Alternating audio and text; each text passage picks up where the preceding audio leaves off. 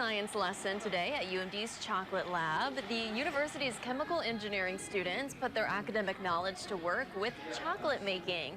The lab is dedicated to having students make treats like chocolates and hot cocoa mix from scratch and then selling them. Each student comes back with about 10 pounds of their own cocoa beans that they've harvested, and they make it into about 20 pounds of chocolate when you're done, and that's for yourself.